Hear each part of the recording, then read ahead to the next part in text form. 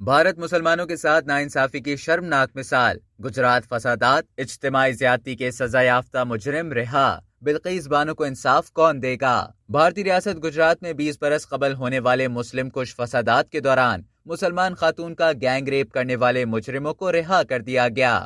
خاتون نے ایک طویل جنگ لڑ کر عدالت سے مجرموں کو تاحیات قید کی سزا دلوائی تھی۔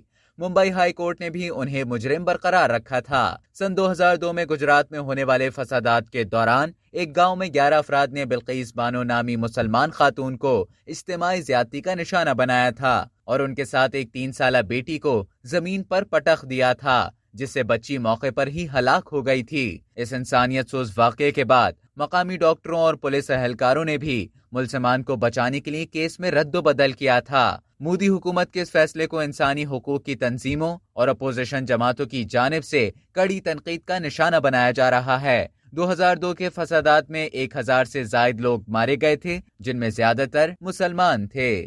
اب تک کے لیے اتنا ہی۔ مزید خبروں اور نیوز اپڈیٹس کے لیے ڈیلی جنگ کی یوٹیوب چینل کو سبسکرائب کریں اور فیس بک کے پیج کو لائک کرنا نہ بھولیں۔